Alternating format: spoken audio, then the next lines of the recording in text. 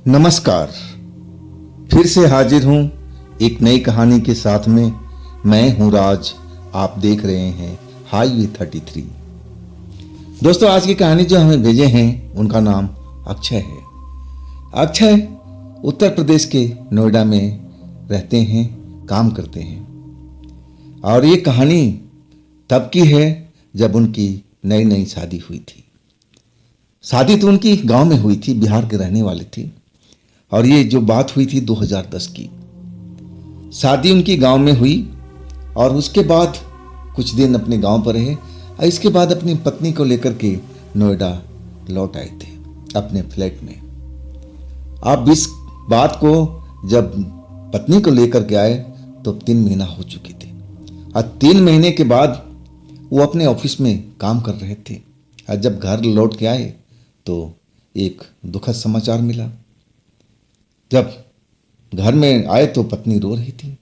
अब जो अक्षय थे घबरा गए, भाई क्या बात होगी घर में, क्यों रो रही है। तब पत्नी ने बताया कि उनकी मम्मी का तबीयत बहुत ज़्यादा खराब है, जाना पड़ेगा, मैं जाऊंगी। अब अक्षय जो थे अच्छी कंपनी में थे और अभी तो फिलहाल वो शादी में लंबी छुट्टी काट के आए थे और इतनी जल्दी छुट्टी मिलना तो मुश्किल था ही। अब अक्षय कहने लगे कि ठीक है, शांत हो जाओ, कल मैं जाऊंगा ऑफिस में, बात करूंगा, फिर देखते हैं कब हम निकलेंगे। मम्मी का तुम्हारी हालत कैसी है। अब जो उनकी पत्नी थी रोए जा रही थी, जिद पकड़ ली थी कि नहीं, मुझे निकलना ही है, अभी निकलो, हमें अपने मम्मी के पास जाना है। बिहार के रहने वाले थे। अब इतनी नज़दीक तो नहीं था कि अभी ट्रेन पकड़ ले, बस पकड़ ले और आराम से पहुंच जाए। अब ट्रेन के द्वारा सफ़र करना था, कब की ट्रेन मिलेगी नहीं मिलेगी। लेकिन पत्नी की जिद के आगे अक्षय जो थे हार गए थे। कंपनी वाले को अपना फ़ोन करके बताया कि हमारे साथ में ऐसा घर में कुछ हादसा हो गया और हम अर्जेंट घर पर जा रहे हैं। अब कंपनी वाले ने जब ये बात समझा कि कोई बात हो गई है तो उन्होंने भी जाने की इजाज़त दे दी। अब बोला कि जल्दी से जल्दी लौट आना। अब सीधा स्टेशन की तरफ पति पत्नी दौड़े। जो भी ट्रेन मिली, जैसे मिली, बस बैठने भर की जगह होनी चाहिए। इसके बाद वो लोग ट्रेन में सवार हो गए। ट्रेन चल पड़ी। वो ट्रेन जब उनके स्टेशन पर पहुंचे, ससुराल का जो स्टेशन था, और तब रात के करीब 10:30 पौने 11 बज गया था। स्टेशन छोटा सा, पति पत्नी और 3 महीने हुए मात्र शादी का। जब स्टेशन पर पहली बार अब अक्षय गए थे उस अपने ससुराल के स्टेशन पर, क्योंकि उनका वास्ता ही नहीं पड़ा था उधर जाने का। अब छोटा स्टेशन देख करके अब घबरा से गए। अब जो अक्षय थे, एकदम छोटा स्टेशन, और वहाँ पर जो ससुराल के लिए कोई साधन मिलना था, उस जगह पर पहुँचे तो वहाँ साधन था ही नहीं। रात के टाइम वहाँ कुछ मिलता ही नहीं था। अब दोनों लोग पति पत्नी तो उस जगह पर फंस से गए थे। अब वहाँ से स्टेशन से जो उनका ससुराल था 6 किलोमीटर की दूरी पर था, नज़दीक नहीं था, 6 किलोमीटर दूरी, और रात में पैदल जाना नामुमकिन सा है। अब जो अच्छे थे अब अपने ससुराल वालों से बात करने की कोशिश की, लेकिन जो उनकी सास की तबीयत खराब थी, अब वो सब हॉस्पिटल में लेके गए थे। अब वो कहने लगे कि घर पर तो कोई है नहीं, हम हॉस्पिटल में हैं। अब हम हॉस्पिटल से कैसे आए स्टेशन पर। अब उनके जो साला वाला थे कहने लगे कि जीजा जी, आप स्टेशन पर ही रात गुजार लो और सुबह में साधन मिल जाएगा, इसके बाद आप घर पर आ जाइएगा। अब कुछ लोग घर पर थे, बाकी कुछ लोग हॉस्पिटल में थे। और जो घर पर लोग थे वो उनके पास कोई साधन नहीं, और ना वो चलाना जानते थे, बाइक वगैरह जो भी था, गांव में यही होता है ज़्यादातर। आखिरकार अब बुरी तरह से फंस गए थे अक्षय अपनी नई नवेली पत्नी को लेकर के। स्टेशन छोटा सा, अब अंधेरा हुआ पड़ा। अब सोचने लगे क्या करें, कहाँ पर रात बिताएं, क्या करें। स्टेशन के मास्टर के पास जो केबिन था वहाँ पर गए। स्टेशन मास्टर से पूछने लगे कि सर बताइए, यहाँ पर ठहरने के लिए कोई इंतज़ाम, कोई गेस्ट हाउस, कोई होटल। तब स्टेशन मास्टर चौंक करके अक्षय की तरफ देखने लगा कहने लगा आप शहर से आए हो ना? अक्षय बोले हाँ। तो आपकी जानकारी में इस जगह पर कोई ऐसा होटल नहीं है जैसा आपके शहर में होता है। होटल तो नहीं, धर्मशाला मिलेगा, लेकिन अब वो भी कम से कम 3-3.5 किलोमीटर की दूरी पर है, और रात में कमरा मिले ना मिले कोई इसकी गारंटी नहीं है। अब जो स्टेशन मास्टर ने बात बोला तो अक्षय और घबरा गए, भाई अब क्या करें, अब क्या करें। अब स्टेशन मास्टर कहने लगे सर देखिए हम लोग बाहर से आए हैं और हमारी पत्नी है, अभी हमारी शादी के 3 ही महीने हुए हैं, तो आपकी तरफ से कोई ऐसा सुझाव बताइए कि जहाँ पर हम सुरक्षित रात बिता सकें। स्टेशन मास्टर कहने लगा कि आप आगे चले जाइए, वेटिंग रूम बना हुआ छोटा सा ही है, पंखा भी लगा हुआ है, आप जाकर के वहाँ पर आराम कर सकते हैं। अब रात में आप आराम कीजिए, सुबह में कोई ना कोई साधन मिल ही जाएगा। अब जो सलाह दे सकता था स्टेशन मास्टर ने दे दिया। आप फिर अपने काम में व्यस्त हो गया, उसके पास इतना कहाँ टाइम। अब जो अक्षय थे उसके बताए हुए वेटिंग रूम के पास गए। वहाँ पर गए तो ट्यूबलाइट एक जल रही थी और एक फ्लिकरिंग कर रही थी, लुप लुप कर रही थी, जल रही थी, बुझ रही थी। पंखा जरूर चल रहा था, घड़र घड़र घड़र की आवाज़ आ रही थी, पुराना पंखा। अब उस जगह पर वेटिंग रूम में कोई दरवाज़ा नहीं, सब खुला हुआ दरबार था। बेंच जरूर लगा हुआ था, उसमें 3 बेंचें लगी हुई थी। अब एक बेंच पर कोई इंसान लेटा हुआ था, 2 बेंच खाली थी। अब जो उनका सूटकेस वगैरह था छोटा सा, वो लेकर के एक बेंच पर जा बैठे, पत्नी पत्नी दोनों। अब आपस में बातचीत करने लगे। अब अक्षय कहने लगे देखो तुम्हारी माँ तो हॉस्पिटल में है और ठीक भी है, तुमने अपने भाई से सुन ही लिया, तो अब तो कोई घबराने वाली बात नहीं है।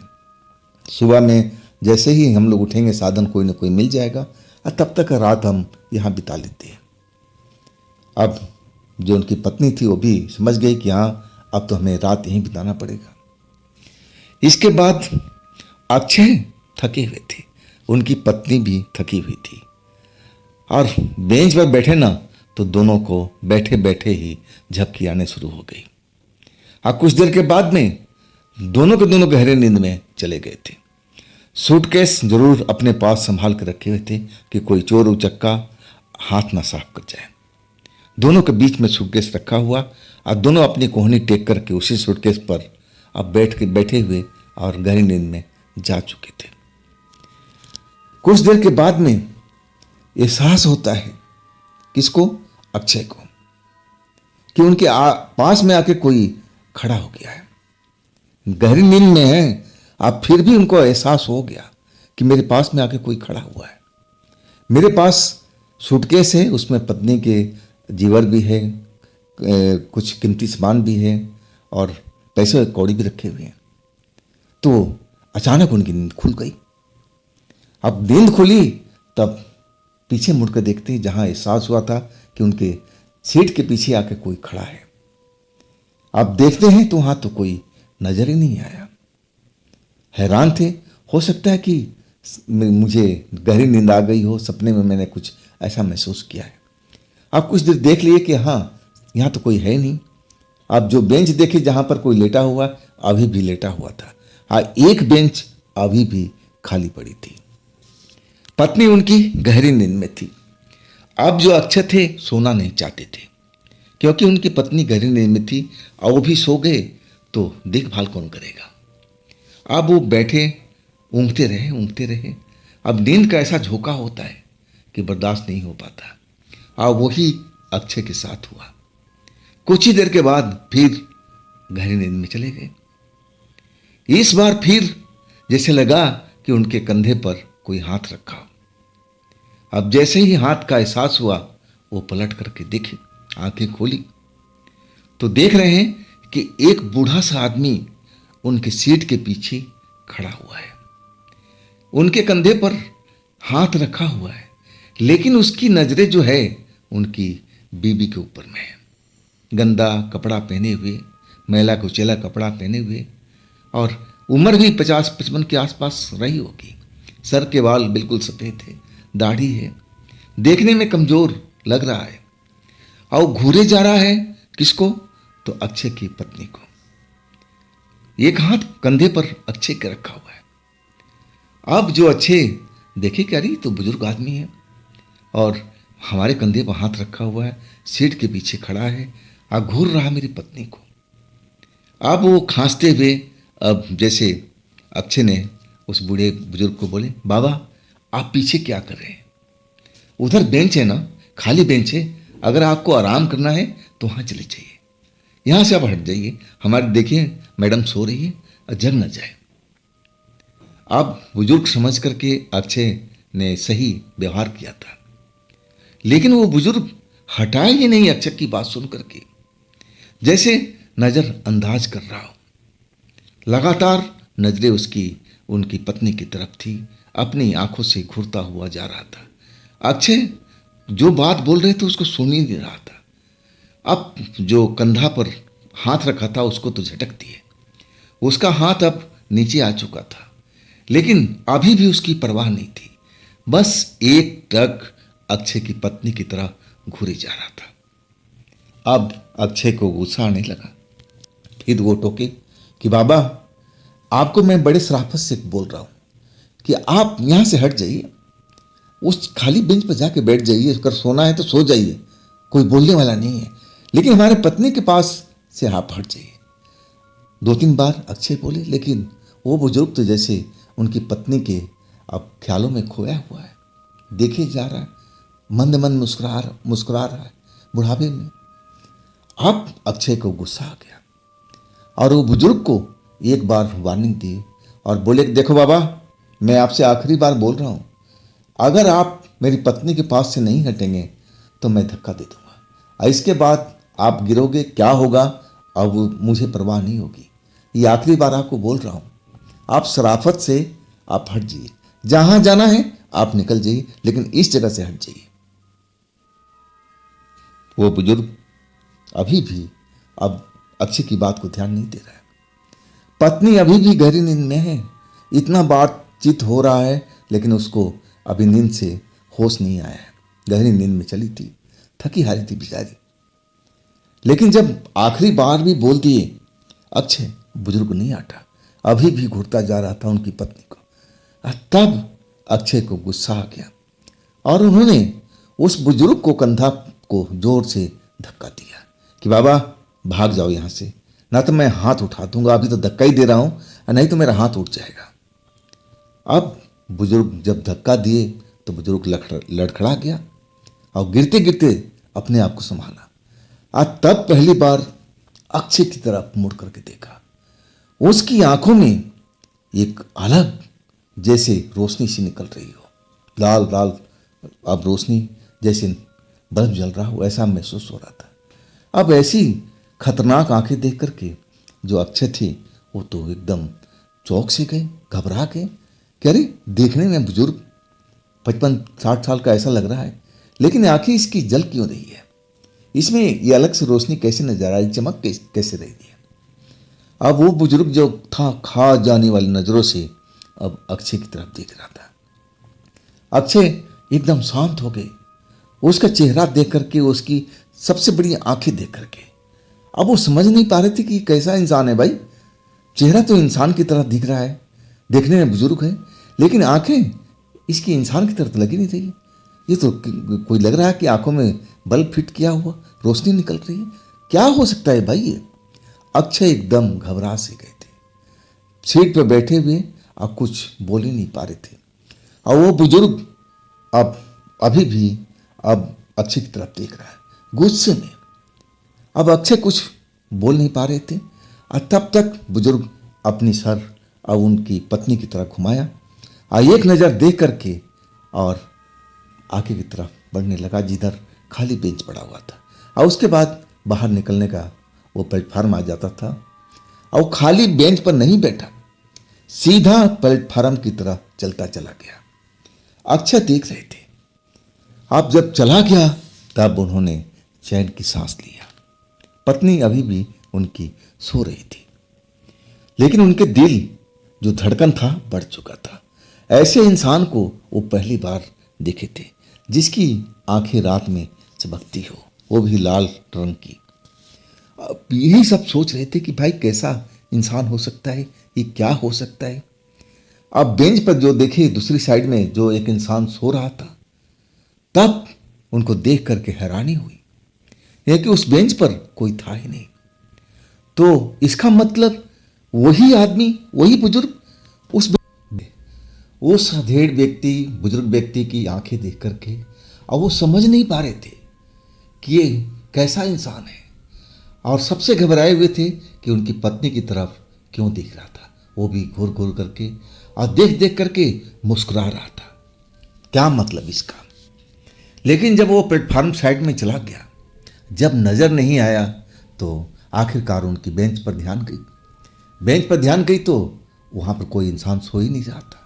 मतलब वही जो बुजुर्ग व्यक्ति था उस बेंच पर पहले से सो रहा था जब अक्षय यहाँ पर आए थे। अब अक्षय डर चुके थे। तब तक उनकी पत्नी कुनमुनाने लगी, जागने लगी। अब पानी में मांगे।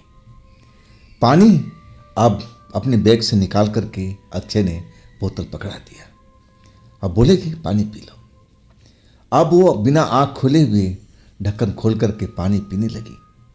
अब अक्षय बात कर रहे थे कि सुनो, जागो, कुछ बात करनी है, अपनी आँख खोलो। अब थोड़ी देर के बाद, पानी पीने के बाद, अब उनकी पत्नी एक तरह से जग चुकी थी और कहने लगी, हाँ अक्षय बोलिए, क्या बोल रहे हैं आप, क्या सुबह हो गई। अक्षय बोले, नहीं, अभी तो बहुत रात बाकी है, सुबह होने में बहुत वक्त है। अब फिर वो बुजुर्ग वाला किस्सा बताने लगे कि देखो ना, उस खाली बेंच पर जो इंसान सो रहा था ना, जो हम लोग आते वक्त देखे थे, और वो इंसान जब तुम भी सो गई, मैं भी सो गया, तो ना जाने कब आकर के यहाँ तुम्हारे पीछे खड़ा हो गया था। मेरे कंधे पर हाथ दिया और तब मेरी आँख खुल गई। जब मेरी आँख खुली तो वो तुम्हें घूर रहा था। सारी बात अपनी पत्नी को वो बताती है।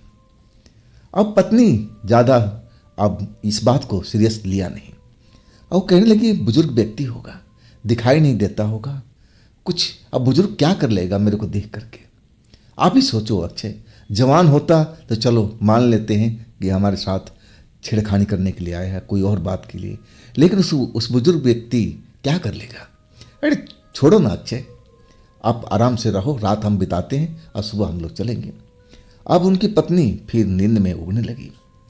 अब जो अक्षय थे अपनी पत्नी से बात करना चाहते थे, लेकिन वो नींद के आगोश में जा चुकी थी। अब अक्षय जो बेंच पर बैठे हुए थे, अब उनकी चौकन्नी निगाहें हर तरफ घूम रही थी। अब प्लेटफार्म की तरफ देख रहे थे, इधर वेटिंग रूम में जो बेंच लगे थे, खाली बेंच, उस पर भी निगाह जा रही थी। और कुछ देर के बाद में एक आवाज़ सी आई, चलने की आवाज़। अब आवाज़ धीरे धीरे धीरे वेटिंग रूम में आने लगी। आज जब उन्होंने देखा तो पहले तो एक परछाई सी नजर आई अंधेरे में, लेकिन जैसे जैसे वो अंदर आ रही थी वेटिंग रूम साइड में, तो देखिए कि एक नौजवान है, 20 से 25 साल का नौजवान, और अच्छे कपड़े पहन रखा है, सफ़ेद कपड़ा, और देखने में गोरा चिट्ठा लग रहा है।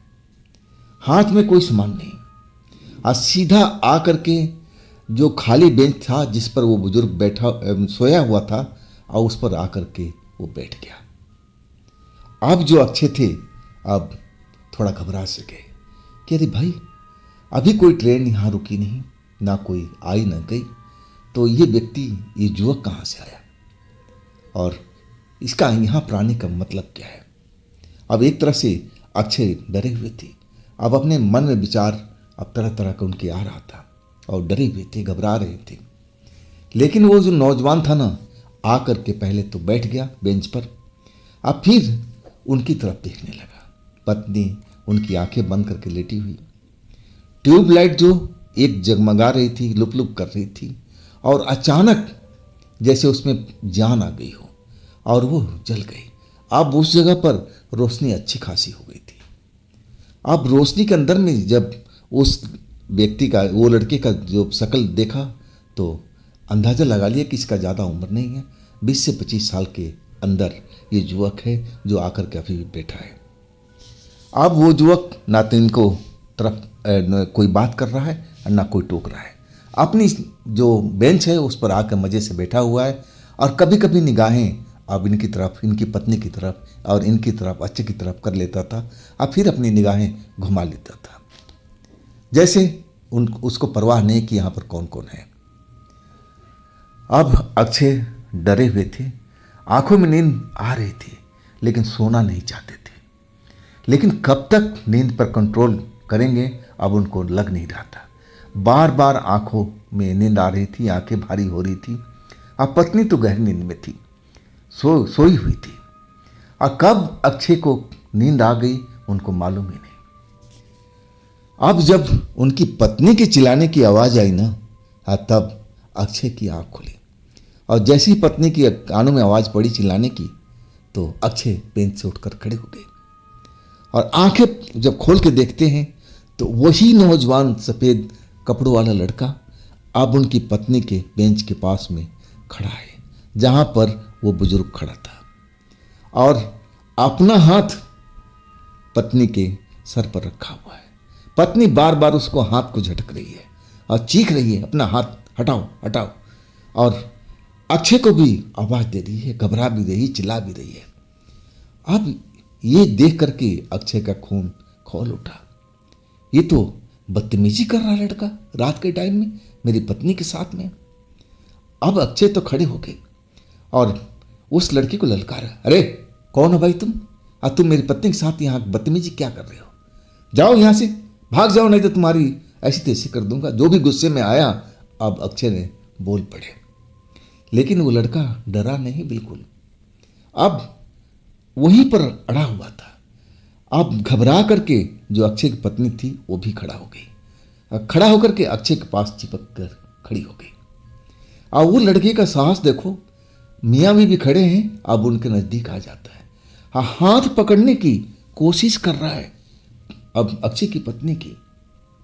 अक्षय एकदम डरे हुए, घबराए हुए कि कैसा लड़का है भाई, निर्लज्ज, मैं इसको इतना डांट रहा हूँ और तब भी इसकी साहस इतनी हो रही है।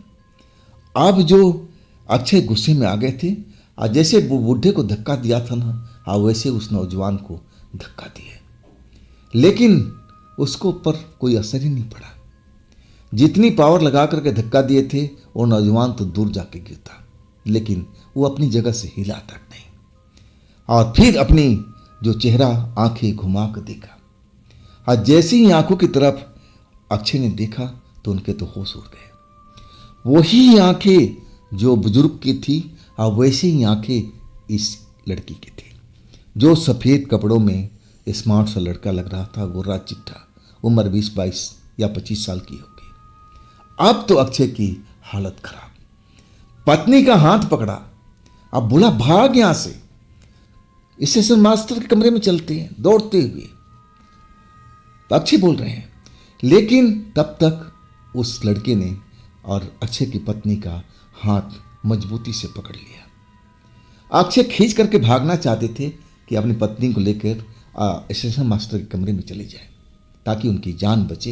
ये तो बुजुर्ग की तरह लग रहा है, जरूर ये कोई इंसान तो हो ही नहीं सकता। अक्षय अब पहचान चुके थे कि जरूर उसे बूढ़े का कोई कुंबे का साथी होगा। शायद बूढ़े इंसान ने ही इस नौजवान को यहाँ पर भेजा है। अब अक्षय सारा खेल समझ चुके थे कि जरूर ये कोई पिशाच हैं या कोई जिन्नात हैं और यहाँ पर आए हैं हमें नुकसान पहुँचाने के लिए, हमें फ़ायदा पहुँचाने के लिए नहीं। लेकिन पत्नी का हाथ पकड़ रखा है। अब अक्षय अपनी तरफ खींच रहे हैं लेकिन खींच नहीं पा रहे हैं वो, क्योंकि हाथ ही नहीं छोड़ रहा है। अक्षय चिल्लाने लगे, बचाओ बचाओ बचाओ। स्टेशन मास्टर अपने कमरे में और थोड़ी दूरी पर उसका केबिन था। अब जितना ज़ोर से आवाज़ लगा रहे हैं शायद आवाज़ नहीं पहुंच पा रही कि स्टेशन मास्टर जानबूझकर उन आवाज़ों को अब अनदेखा कर रहा है। अब ये समझ में नहीं आ रही थी। आखिरकार अब ऐसा लगने लगा कि अक्षय को कि अब उनकी पत्नी को छोड़ेगा नहीं। और तब उनकी जो पत्नी थी अब चिल्ला रही थी, चीख रही थी। अब उसको भी समझ में आ गया कि जिस लड़के ने उनका हाथ पकड़ा हुआ है वो मामूली लड़का हो ही नहीं सकता। अब अक्षय की तो हालत खराब थी, बदन डर से कांप रहा था कि अब क्या होगा, ये मेरी पत्नी को क्या करेगा क्या करेगा, यही सब चिंता अक्षय को सता रही थी। चिल्ला रहे थे, चीख रहे थे, लेकिन जो काम करना था वो कर नहीं पा रहे थे। भगवान का नाम लेना चाहिए था, बजरंग बली का नाम लेना चाहिए था, वो नहीं कर रहे थे, बस चीख रहे थे, चिल्ला रहे थे। लेकिन जो अक्षय की पत्नी थी, अब उसको पता लग गया कि ये लड़का कोई इंसान तो है नहीं, जरूर ये हैवान है, कोई जिन जिन्नात है या कोई पिशाच है। और देरी ना करके अब जो अक्षय की पत्नी थी हनुमान चालीसा पढ़ना शुरू कर दिया और अक्षय के बोली, हनुमान चालीसा पढ़ो, हनुमान चालीसा पढ़ो, बजरंग बली को याद करो। अब जो अक्षय थे, अब उनको अब जो पत्नी बोल रही थी वही करना शुरू किए। आगे आगे पत्नी हनुमान चालीसा पढ़ रही थी और पीछे से अब अक्षय भी वही हनुमान चालीसा पढ़ना शुरू किया। जैसे ही पढ़ना शुरू किया, कुछ देर हुआ, अब वो जो लड़का था, अब उनकी पत्नी को, अक्षय की पत्नी को अंधेरे के साइड में खींच करके ले जाना चाहता था, लेकिन हाथ भी मजबूती से अक्षय ने पकड़ रखा था, लेकिन इतनी ताकत नहीं थी, वो भी खींचते हुए जा रहे थे। अब कुछ देर के बाद में अंधेरी जगह आ जाती और वहाँ ले जा कर के न जाने अब क्या करता अक्षय, यही सोच रहे थे। लेकिन हनुमान चालीसा जैसे जैसे पढ़ने लगे मियाँ बीवी, और उसका जो हाथ का बंधन था अब ढीला होने लगा। अब कुछ देर के बाद अब जो हाथ पकड़ रखा था अक्षय की पत्नी का, वो हाथ छोड़ दिया। अब बड़े गुस्से में होकर के अब उनके चारों तरफ गोल गोल घूमने लगा, गुस्से में देखता जा रहा था, अंगारे की तरह आंखें उसकी दहक रही थी। और आखिरकार जब देख लिया कि ये लोग हनुमान चालीसा पढ़ रहे हैं, अब तो हमारा खेल खत्म, और तब वो गुस्से में अपना पैर पटकते हुए जिधर से आया था और उधर ही निकल गया। अब दोनों मियाँ भी डरे हुए, अब उस जगह पर रुकना नहीं चाहते हैं, अपना सूटकेस उठाए और सीधा स्टेशन मास्टर के कमरे की तरफ दौड़ पड़े। स्टेशन मास्टर का कमरा अंदर से बंद था, दरवाज़ा पीटने लगे। कुछ देर के बाद स्टेशन मास्टर ने दरवाज़ा खोला और बोला, हाँ हाँ बोलिए। तब दोनों लोग जल्दी से उसके केबिन में घुस गए और अपनी हाल बताने लगे कि स्टेशन मास्टर साहब, आप इस जो वेटिंग रूम में थे, और सारा हाल उन्होंने बता दिया। स्टेशन मास्टर भी अब डर गया था, अब उसको समझ में नहीं आ रहा था कि ये लोग जो बोल रहे हैं सच्ची बात है या मजाक है या झूठी बात है, लेकिन चेहरा से लग रहा था कि वो भी डरा हुआ है। अक्षय को बोल रहा था कि आपने अपनी आंखों से देखा ये सब। तब अक्षय बोले, हाँ भाई, हम तो सब कुछ देखे, हमारी पत्नी से पूछ लो। अब जो स्टेशन मास्टर था बोला, आप लोग यहीं पर आराम करो, बैठ जाओ, सुबह तक इंतजार करो, और इसके बाद सुबह में साधन मिल ही जाएगा। अब जैसे तैसे उस छोटी सी केबिन में अब मियाँ बीबी ने रात बिताया, डर डर करके। और हनुमान चालीसा तो मन ही मन रात भर मियाँ बीबी दोनों अब पढ़ते रहे थे। आखिरकार सुबह हुई, और इसके बाद स्टेशन मास्टर को धन्यवाद दे करके अब वो लोग अब अपने गांव के ससुराल के स्टैंड पर पहुंच गए। साधन मिला, और इसके बाद ससुराल पहुंच गए। जब ससुराल पहुंचे तो जो भी उनका ससुराल में लोग थे, सारा किस्सा अब बताना शुरू कर दी, और उनमें ज़्यादातर बुजुर्ग लोग थे। अब जो बुजुर्ग उनके ससुराल में थे वो कहने लगे, बेटा जैसे तुम शकल बता रहे हो ना, आखिर अंगार की तरह, पहले बुजुर्ग था फिर नौजवान आ गया, तो मुझे तो लग रहा है कि ये सब जिन्नात ही थे, जिन थे। सफ़ेद कपड़ा और लाल आंखें, मतलब वो जिन का ही फैमिली था।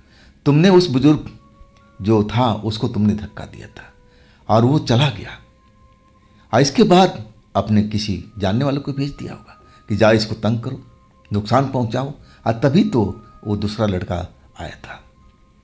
अब ये सारी कहानी समझ करके अब जो दोनों मियाँ भी थे अब डर चुके थे, अक्षय भी और उनकी पत्नी भी थी। अब वो बुजुर्ग जो उनके रिश्तेदार थे कहने लगे, आप घबराने की बात नहीं है, ये हनुमान चालीसा जब वो आपने बाद में पढ़ा ना, अगर शुरू से पढ़ लेते ना, जब बुजुर्ग आपके पास खड़ा था, तो ये तमाशा होता ही नहीं, खेल होता ही नहीं, वो सारे के सारे लोग भाग जाते बजरंग बली के नाम सुन कर के ही। और अक्षय बताते हैं कि वैसी घटना मैंने आज तक अपनी ज़िंदगी में महसूस नहीं किया, न देखा, न अनुभव किया, जो उस रात हमारे साथ घटी थी। तो दोस्तों, ये थी कहानी अक्षय जी का। अगर आपके पास भी ऐसी कोई घटना है जो आप मुझे बताना चाहते हैं तो आप मुझे इंस्टाग्राम पर या फिर मेरे व्हाट्सएप नंबर पर अपनी घटना, अपनी कहानी को आप बता सकते हैं। दोस्तों, ये भी चैनल आप ही का है, तो इसको भी अपना प्यार दीजिए, लाइक कीजिए, सब्सक्राइब कीजिए, शेयर कीजिए।